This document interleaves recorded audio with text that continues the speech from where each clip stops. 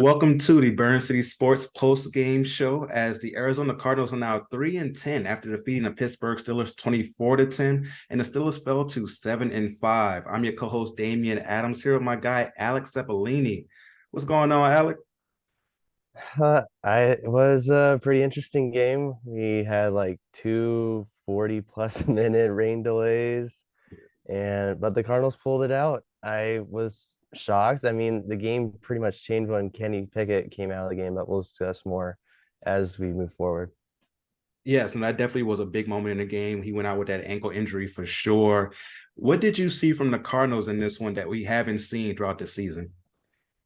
I feel like this was probably the Cardinals' most consistent offensive game so far this season. We've seen James Conner, of course, this is a big game for him. He's coming to his home state of Pennsylvania. He wants to show out against even the team he played for, the Pittsburgh Steelers. So he played really well. He had two touchdowns, and he was probably the bright spot for the Cardinals. We'll probably talk about the defense later too, but Kyler Murray, he had a few mistakes, but he also had a few good plays. Obviously, Trey McBride, he had to redo that touchdown at the end of the second half, first half. So, but yeah, overall, it was a really good game. Yeah, and I thought it was a really good game for the Cardinals. You mentioned their offense. Honestly, their offense didn't have to do much in this game. It's weird because they outscored them 24-10, but Pittsburgh outgained the Arizona Cardinals in this one from a yardage standpoint. So that really shows you the impact of defense for the Cardinals and also the impact of special teams. A lot of people don't like to talk about special teams. It's not sexy to talk about how the punter can, pin the team down the field and make them go all the way down the field. But you saw that a lot in this game where Pittsburgh had to work all the way down the field to make things happen. And I thought the key play of this game happened in the second quarter. Pittsburgh had a really good drive, and they're going in for the touchdown, and Najee Harris gets stuffed at the 1 yard line. I thought that was the pivotal point in the game. That was the play right after Kenny Pickett went down with the ankle injury. So I thought that was where the game really shifted. And then the Cardinals kind of took off from there. But you mentioned Trey McBride. So Trey McBride has been a lot of news around him lately because the Cardinals let go of Zach Ertz. And you've been kind of on this for a few weeks now. You're talking about how Trey McBride is kind of coming along and how Zach Ertz is kind of going to the backside. Little did we know he's going to be let go off the team completely because of the emergence of Trey McBride. So what have you seen from Trey McBride that has really given the Cardinals this confidence in him? So what we've seen is that Marquise Brown and a few of the other wide receivers, they haven't really been getting as many touches as Trey McBride has lately. And he's probably the most reliable person that Murray's been throwing to lately. And he gets a touchdown a day. He had 89 yards and a 17-yard run and eight receptions. But I've been feeling like it's about time to go away from Zach Ertz. And personally, I don't think that he probably will be coming back to injury in like a week or two. I just feel like the injury prolonged along Yeah. with and he's been wanting to get out of Arizona, so he just waited and then he'll probably come back when he signs with the team. So I just thought that Trey McBride was really good. Yeah, now Trey McBride was great in this game. One of the big catches he made was on the 99-yard drive where he was covered really well by the Steelers defensive back, and Kyler Murray kind of just trusted him and threw it high for him. He caught it just with his fingertips as he came down with the ball to continue that drive. And you need those type of plays. You need those plays where it's like, okay, no one's open, but I got a big dude down there who I know I can throw it up to, and I can give him a chance to get that ball. And Trey McBride can do that. So he's really showing what he's capable of. And he's only in his second year, so he's going to continue to get better and better as these go along. So I can't really wait to see what they do next year when they have a full off season, full training camp with him and Murray really getting the connection. You already seen that's growing now with this team. You already mentioned James Conner had 105 yards today, two touchdowns, and his big return to Pittsburgh. And I love how he was always just gracious about it, like how Pittsburgh really gave him a chance. He was a big story when he was in Pittsburgh because he was coming back off of having cancer and, he was in remission and was able to become an NFL running back and now has turned into a really long career for a running back, especially for that position, to be able to stay around this long and now still be productive. as Arizona Cardinal at this stage of his career. And you mentioned how the Cardinals defense honestly was the key to this game. And we talked about it a little bit before we started recording. You had some thoughts about the Steelers offense and what they showed, or lack of their offense that they showed in this game. Yeah, so obviously last week they had their first ever 400 plus game in 58 games ever since they fired Matt Canada, which is kind of ironic. Yeah. But I just felt like today they were a little bit stagnant. They took a hit with Pickett coming out and Trubisky. There's a fumble that went between his legs and they had to recover it. But I just felt like as soon as Pickett went out, their offense went down and they pretty much out of the game.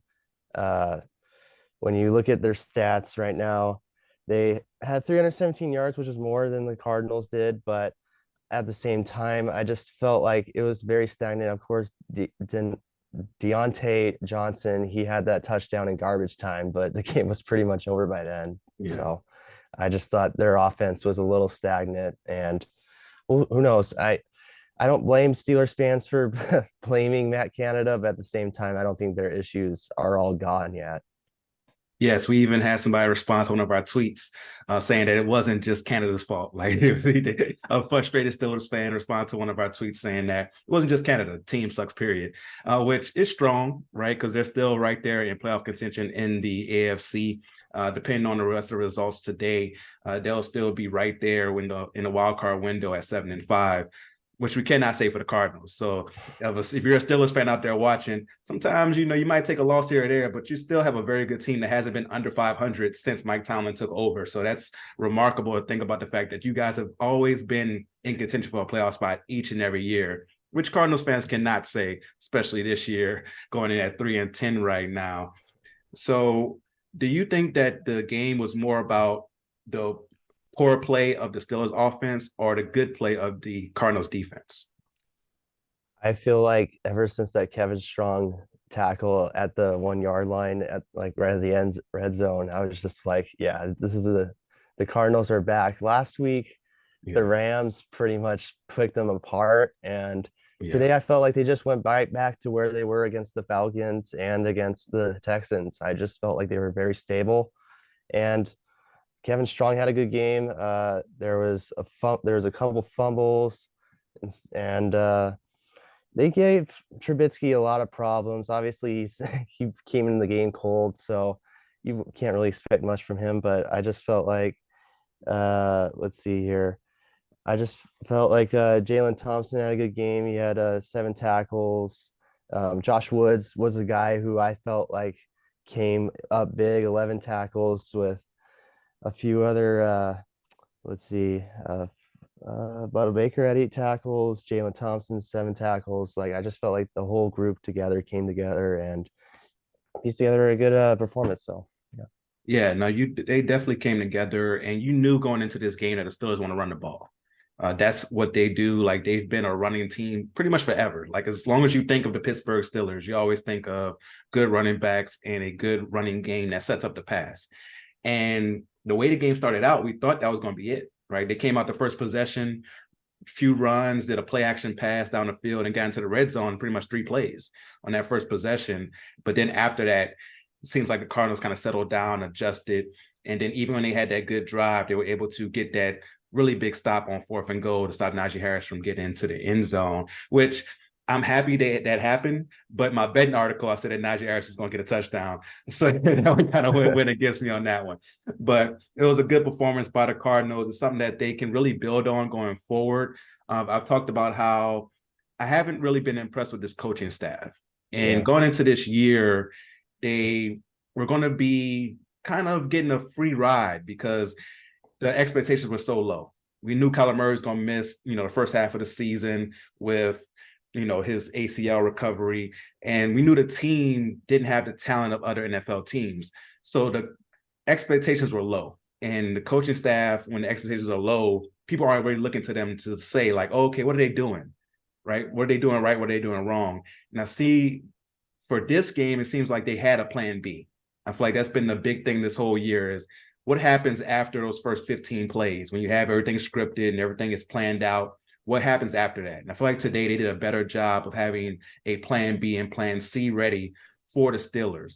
And we knew the Steelers defense is very good. That defensive line still wreaked havoc in this game. We saw Kyler Murray under pressure a lot, but they still were able to make things happen offensively. So I would give this game, as far as like if I gave it a grade, I would give the Cardinals a B plus in this one. I think they played really well, but the score is more indicative of how poorly the Steelers played, in my opinion, compared to how good the Cardinals played. Do you think I'm being a little too rough on the Cardinals with that one? Mm, I would have probably said a B, but Yeah. B plus is around the ballpark where I would have it. I just felt like there's a few sloppy drops from Kyler Murray. Of course, James Conner had to recover that fumble, and the offense, like I said, it came together. It's something that we haven't really seen in the past few weeks. Yeah. So we can probably bob it up to a B plus for sure, just based off that fact. But the defenses came back this week, and it was a pretty good performance.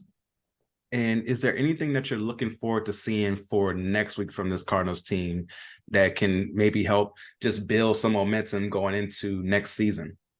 Let's see who are they playing next week. So they are playing the 49ers. It's going to be a tough Oh, test next week. yeah, They that's got a rough. top. They got arguably the best defense in the whole league. Um, Brock Purdy went to Perry here. Obviously, he's going to be pumped up for coming to Arizona. Yeah, It's going to be a tough one, but it's probably not going to go the Cardinals' way. We'll see what happens. Just put their best foot forward and go with the flow. And if they can compete against the 49ers, that's a good stepping stone for next season for sure. for sure. Nah, I 100% agree with that. We can't expect the Cardinals to win next week. Like, that would be foolish. But if they are able to keep it competitive and just be close, and this is a divisional matchup. So usually with divisional matchups, you can kind of throw records out the window because these teams know each other so well that they're able to stay close, even if the teams aren't particularly close in talent, because they know each other so well. So next week, I just want to see them be competitive. I want to see if they're able to stop the run, right? The Rams just ran right through them last week. We know that the San Francisco 49ers are another team that wants to run the football. They want to have CMC and their other running backs going up and down the field. So can the Cardinals stop the run?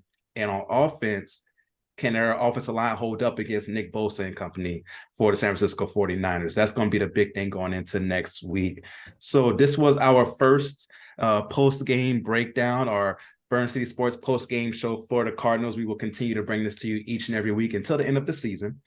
And then we'll continue to bring you other shows, of course, like once the draft comes around and off season, we'll do things like that as well, just to keep you guys, abreast of what's going on with the Arizona Cardinals. So please, Alec, tell the people where they can find you on social media.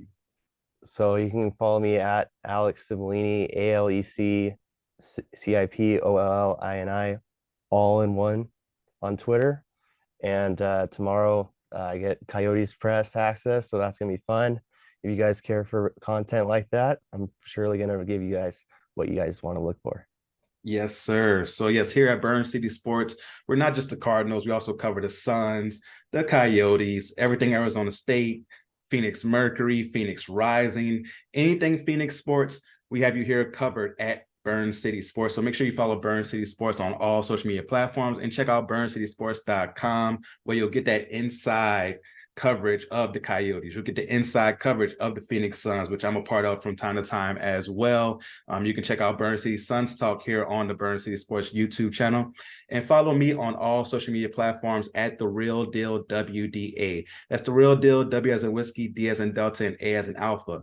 Until next time, peace.